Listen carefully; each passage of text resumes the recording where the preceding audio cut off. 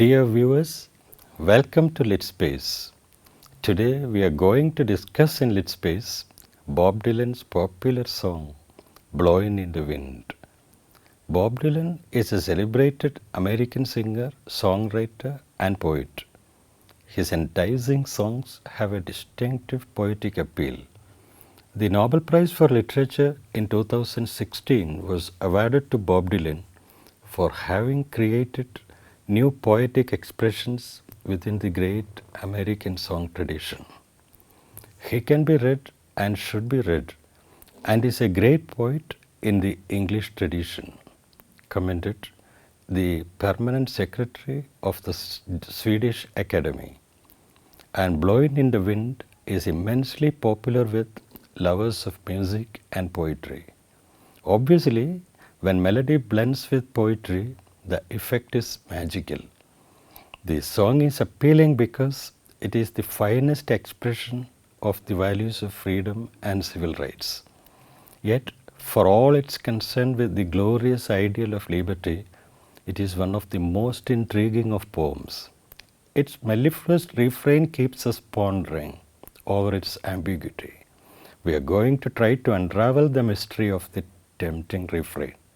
It promises to offer a solution to some serious problems, but when we stretch out our hands, it vanishes, much as the wind in which it is concealed.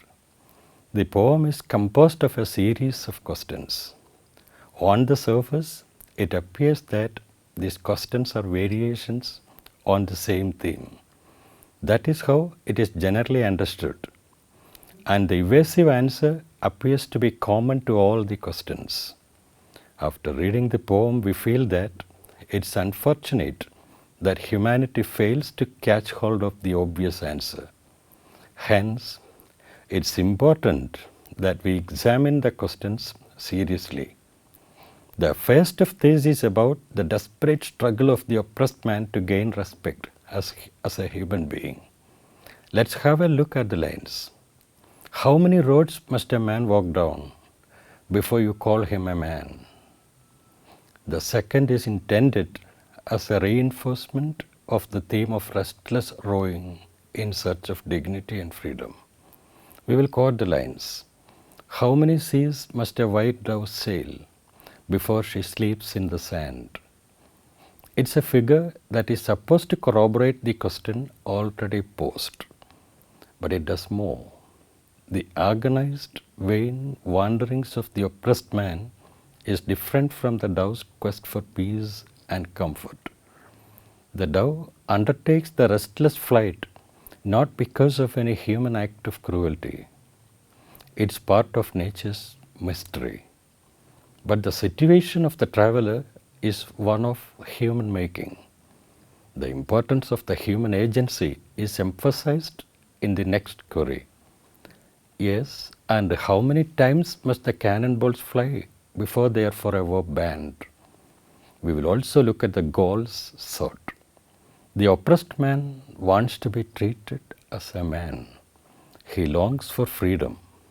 It's a state of life that can remain unchanged forever. The dove, anyway, cannot forever go on sleeping in the sand. It will have to return to its native land. But for the tramp, going back to the land left behind may not be possible, as he has left it because of oppression and persecution.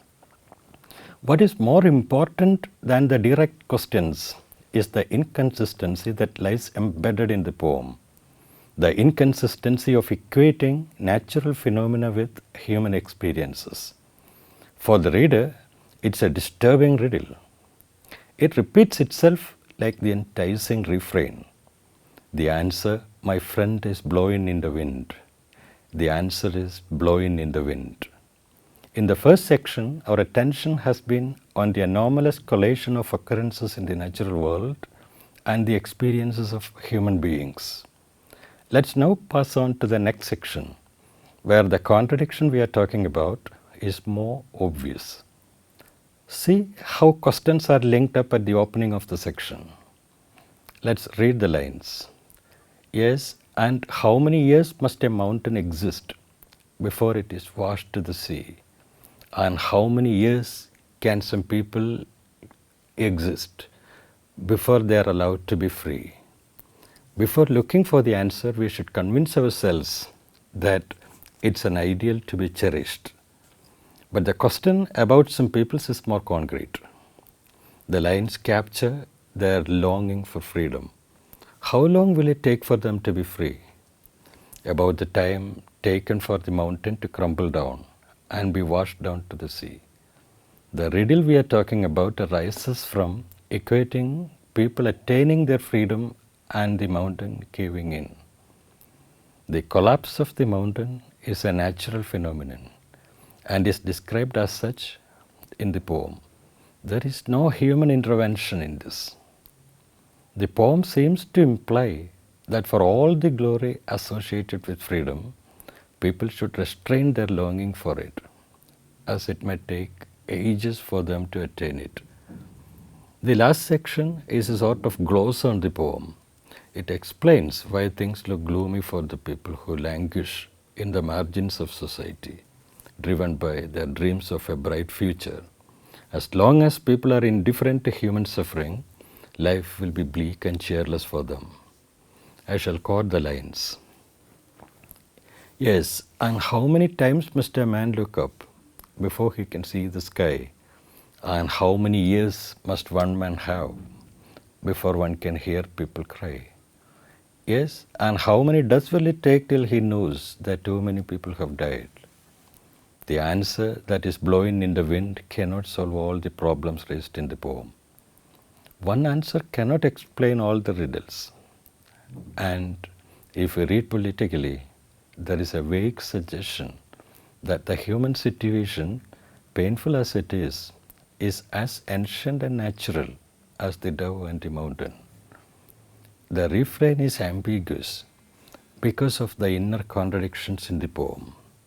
That is, the contradiction between the two interpretations. The first is the notion of natural phenomena, as in the case of the mountain crumbling down. And the second is the idea of indifference. I hope that this video has been useful to you. If so, I request you to subscribe to this channel. Till we meet again with another poem, goodbye.